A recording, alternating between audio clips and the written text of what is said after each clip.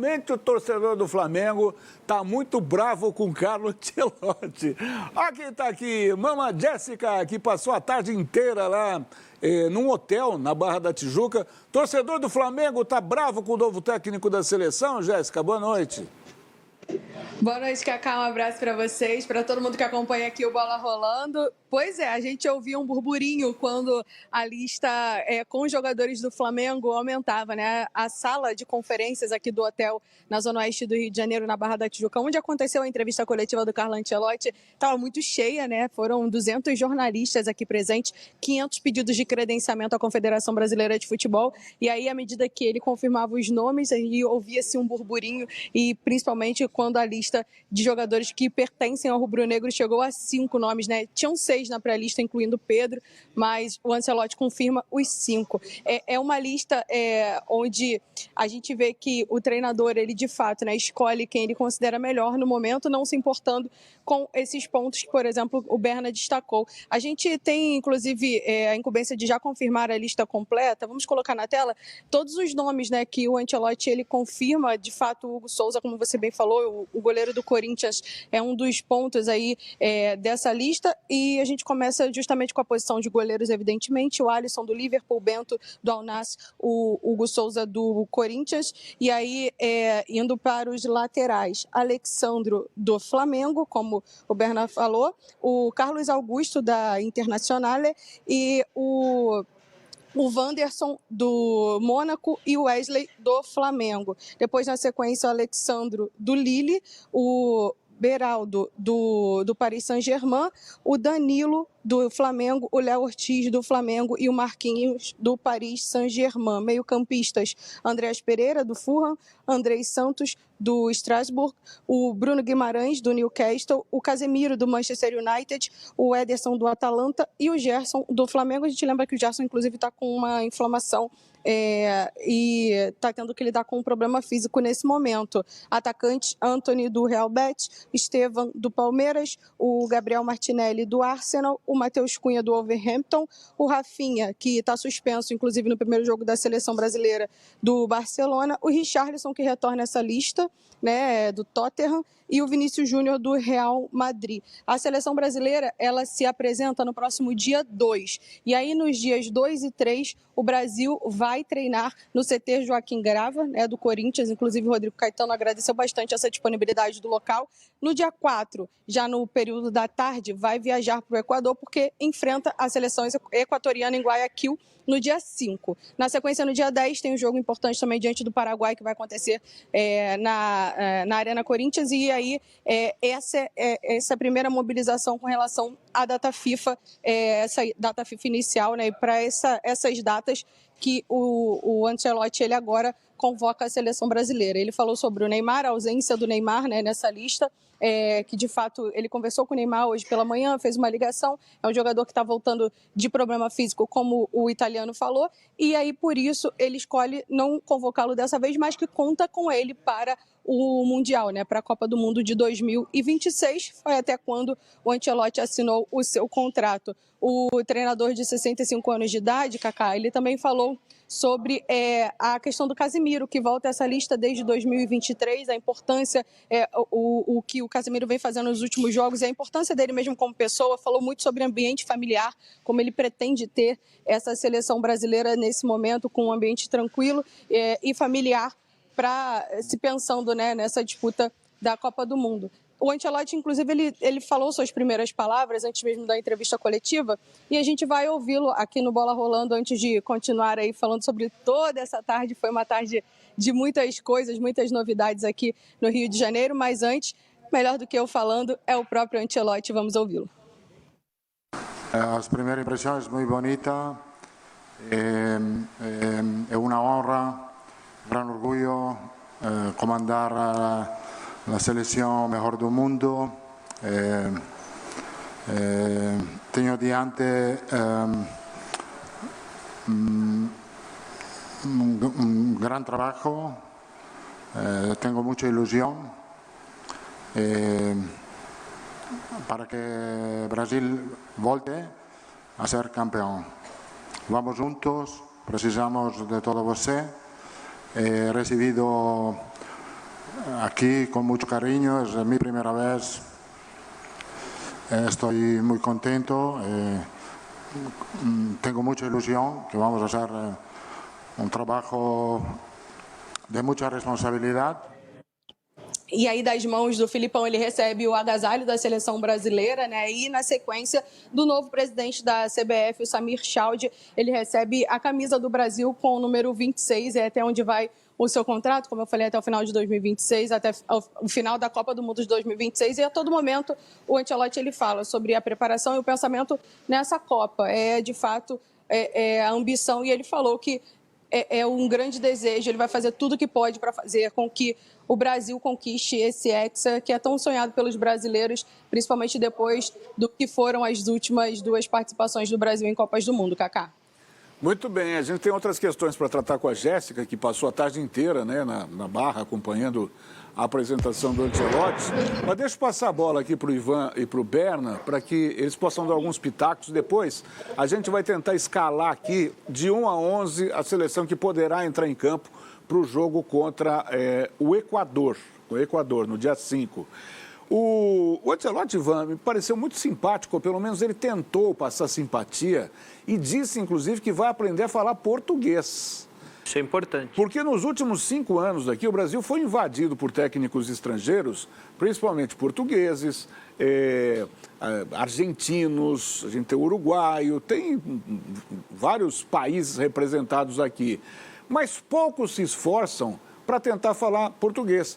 Principalmente os portugueses lá de Portugal não fazem nenhuma força para falar o português aqui do Brasil. O Abel, por exemplo, fala equipo até hoje, já está aqui mais de 5 anos. E outras palavras, né, que ele usa e que não tem nenhuma preocupação, como não tinha o Ramon Dias, como não tem o Zubeldia. Quer dizer, pelo menos nesse aspecto, e tentar elucidar as perguntas e conversar com os jornalistas, ele passou muita tranquilidade, muita simpatia, você não achou, Ivan? Muita satisfação em hoje estar como técnico da seleção brasileira. Diz que em determinados momentos, quando tiver uma folguinha, vai desfrutar da cidade do Rio de Janeiro, vai conhecer melhor o Brasil. Está bastante contente com o desafio. E ele falou sobre várias situações, né, ao longo dessa entrevista coletiva, algumas coisas relacionadas ao campo bola, ou como ele gosta de gerir a seleção brasileira. Eu não sei, eu não vou esticar muito, porque eu sei que nós temos pautas aqui, a gente vai discutindo a cada palavra ou a cada declaração do novo treinador da seleção brasileira, mas ele se mostrou assim um cara muito tranquilo, né? Ele já conhece alguns jogadores, já conhece ex-jogadores, já deve ter conversado com muita gente, então ele foi bem acolhido, assim, se mostrou um cara bem satisfeito. Antes de eu passar a bola pro Berna, eu preciso dispensar a Jéssica, que está a tarde inteira lá, já começaram a desmontar, inclusive, o cenário, né, o palco, onde foi recepcionado o Carlo Ancelotti. Ô, Jéssica, só tinha assento para 220 jornalistas e mais de 500 tentaram o credenciamento, foi isso? Loucura, Cacá. Gente do mundo inteiro, de fato, muito cheio aqui o ambiente.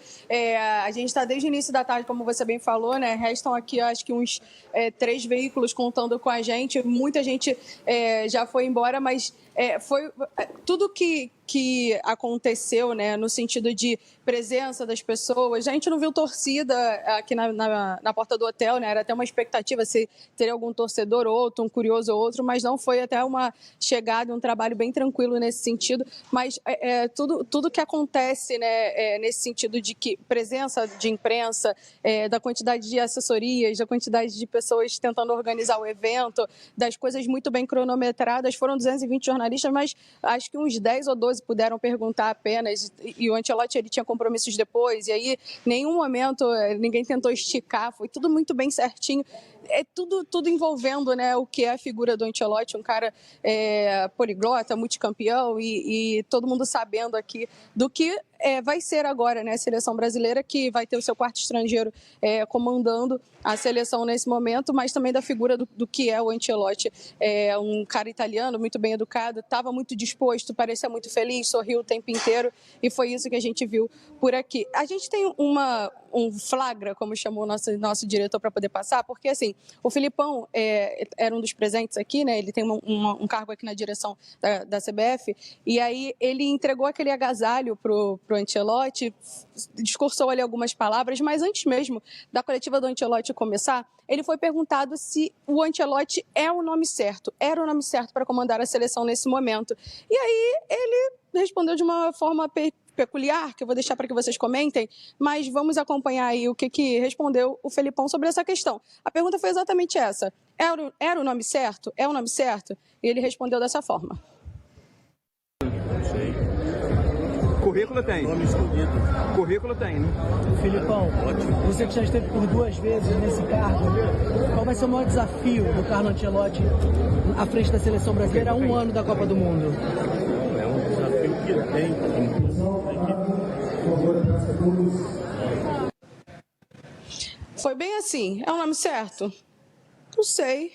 Currículo tem, né? Tem. Então, não parecia muito bem disposto ali o Filipão, e foi um ponto ali que a gente conseguiu.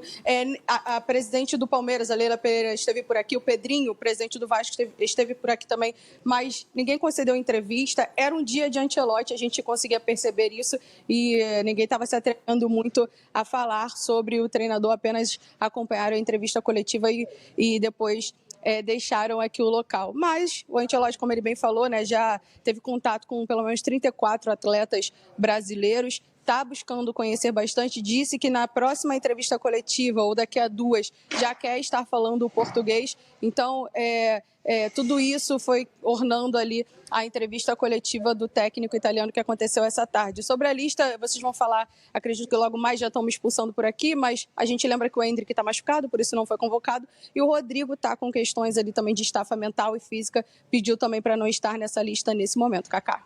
Muito bem. Jéssica, obrigado. Muito obrigado pela participação. Parabéns aí pelo seu trabalho no Rio de Janeiro. Sobre o Rodrigo, inclusive... Obrigada, bom programa. Hoje se apresentou o Xabi Alonso no Real Madrid, disse que vai contar com o Rodrigo, que é uma figura importante manter o Rodrigo no Real Madrid. Só para completar, Kaká, com relação à apresentação e a satisfação que ele demonstrou hoje, o Carlo Ancelotti, primeiro, quando ele dá uma cutucada na seleção italiana, e para mim ele não fez média com o povo brasileiro, com a torcida brasileira, para mim ele guarda uma certa mágoa da seleção do país dele, porque ele nunca foi convocado, segundo ele nunca foi chamado para trabalhar na seleção italiana, então ele dá uma cutucada dizendo, agora estou na maior seleção do mundo e mais vitoriosa, não mentiu, evidentemente. Quando ele é perguntado a respeito dos atletas que atuam no Brasil, se há um certo conhecimento sobre a Liga Brasileira, ele meio que foge da pergunta, porque evidentemente ele não conhece. O que me leva a crer que essa lista não é 100% dele. E eu acho que ele só vai entender o contexto, a cultura e vai conhecer mais o que o povo brasileiro sente e pensa sobre a seleção brasileira morando no Brasil. Sem dúvida. Ô Berna, antes da gente repassar posição por posição, que eu acho importante, muita gente está esperando para ver, para tentar entender, e a gente vai analisar direitinho. Eu passo a bola para você com a seguinte pergunta. No livro do Ancelotti, que você já deve ter lido um monte de vezes, como eu também, que é o Liderança Tranquila, né? Isso. O nome do livro. Ele fala que o futebol tem que ser ofensivo, dinâmico e imprevisível. Ele vai conseguir colocar essa filosofia na seleção brasileira? É a influência dele, né, Kaká? A gente olha para os técnicos italianos e tende a achar que eles são retranqueiros. Por causa de um passado distante, dos anos 60, do catenaccio, a retranca máxima, né? E o Ancelotti bebe na fonte do Arrigo Sacchi, que revolucionou o futebol italiano no final dos anos 80 e início dos anos 90. Foi assessor dele da Copa de 94. Exatamente. Foi auxiliar dele. E ele bebe nessa fonte, né, de um futebol muito ofensivo, né, de valorização da bola. Então, eu acho que ele vai tentar fazer isso. A questão é um pouco tempo de trabalho. Acho que esse é o principal problema dele. No que diz respeito à escolha dos jogadores, dado que há vários lesionados, eu acho que ele foi bem. Eu só não teria chamado o Richarlison. De resto, acho que ele foi bem na convocação. Teve um repórter, em cima disso que o Ivan falou, que perguntou como é que ele acompanhava o futebol brasileiro. Eu falei, aqui na Europa a gente acompanha. E quem gosta de futebol está vendo tudo que está... Aí ele citou Botafogo, Palmeiras, Flamengo, acho que Fluminense... Palmeiras. Ele cita o Palmeiras. Ele cita o Palmeiras. Vamos ver o que o Ancelotti falou sobre o fato de acompanhar o futebol brasileiro. Roda aí. Bueno, los jugadores, los partidos se ven, se conocen, porque todo el mundo puede ver todos los partidos. Nosotros, obviamente, cuando tú estás en un club y en Europa, sigue más los equipos europeos, obviamente Flamengo, Palmeiras, Botafogo, que ha hecho muy bien. Nosotros podíamos jugar contra Botafogo el Mundial, después Botafogo perdió contra Pachuca. Son equipos que se siguen, y también tú tienes personas que trabajan aquí con las selecciones, que miran el fútbol brasileño, los jugadores brasileños que viven aquí. Es lo que yo haré en este tiempo, es quedarme más tiempo aquí en Brasil para conocer la estructura del fútbol en Brasil, los equipos, los entrenadores, los jugadores. Então, em cima disso que vocês falaram, eu acho que para essa primeira convocação foi feita uma espécie de uma comissão de notáveis. Porque a gente fala do Rodrigo Caetano e no Juan, mas tem o Branco, que está por trás da base da seleção, o Tafarel, que certamente deu pitaco na convocação do Hugo Souza, e outros jogadores que a gente não citou aqui, que certamente auxiliaram para sair essa primeira lista, né? Eu acho que levaram prato pronto, né? Eu também acho. E ele, evidentemente, vai contar com jogadores mais experientes que vão ajudá-lo nesse processo, jogadores com quem ele trabalhou. Então, eu não vejo nenhum problema à volta do Danilo, à seleção brasileira, do Alexandro, lateral esquerdo do Flamengo, do Casemiro, e poderia ser do Neymar. O Richarlison eu questiono pelo momento, mas até entendo pela posição e tudo mais. Eu acho que o Richarlison só foi chamado por causa da ausência do Rodrigo. Ou do Endrick. Ou do Endrick. O Antony merecia estar. Sim. Está arrebentando no Real Betis. Acabou esse final de semana, aliás, o Campeonato Espanhol. Mas o Richarlison foi titular na final da Liga Europa, que o Tottenham ganhou, jogando aberto pelo lado esquerdo. Eu não teria convocado o Richarlison. Eu acho que ele vai contar com os jogadores mais experientes e particularmente, eu sempre tive uma ideia nesse sentido. Porque toda vez que a seleção brasileira perde, há uma grita para que uma renovação aconteça o mais rápido possível, de uma maneira radical. E eu acho que esse processo de transição, ele tem que acontecer aos poucos. Não adianta você tirar os mais experientes. Você perde a base do time, evidentemente você precisa montar um time do zero, você não tem tempo para treinar, o declínio coletivo acontece. Então eu acho que essa volta é importante, até para que esses jogadores possam auxiliar o Ancelotti nessa trajetória, porque ele também precisa conhecer. O Estevão, vocês acham que alguém soprou para ele? Porque eu não sei se ele acompanha tanto o Palmeiras. Acho que sim. Acho que sim. Todos esses jogadores brasileiros. Acho que sim. Ele conhece o Alexandre, conhece o Danilo.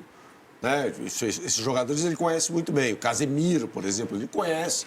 Aqueles que atuam na Europa, ele conhece. Mas sobre o Estevão, por exemplo, de repente ele não conhecia, mas sopraram para ele, com certeza. Ó, esse garoto é bom, dá uma olhada aí. Tá aqui o DVD dele, dá uma olhada. O Estevão é um candidato a craque. Para mim já é craque. Tá? Então merecia ter sido chamado. Né? Me surpreendeu o fato de ele ter chamado jogadores que atuam no futebol brasileiro. Achava que não ia acontecer. Tanto que a gente fez esse exercício, né, na semana passada, eu acho, e colocamos ali um jogador que atua no Brasil, que é o Wesley. Imaginando